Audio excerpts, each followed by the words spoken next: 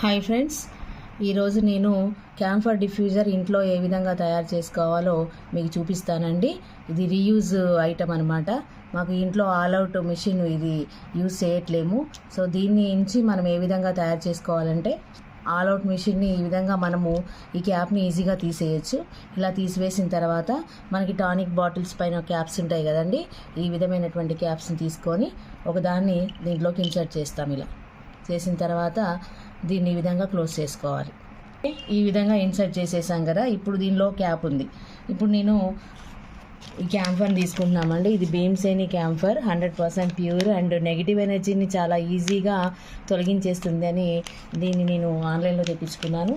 So దీంట్లో నుంచి మనకి ఒక 2 పీసెస్ని కట్ చేసుకొని వీటిని హోల్లో పట్టే విధంగా చిన్న పీసెస్ లాగా చేసుకొని వాటిని దీంట్లోకి ఇన్సర్ట్ చేసుకుంటే ఆ క్యాప్లో పడే విధంగా పెట్టుకోవాలి. సో ఇలా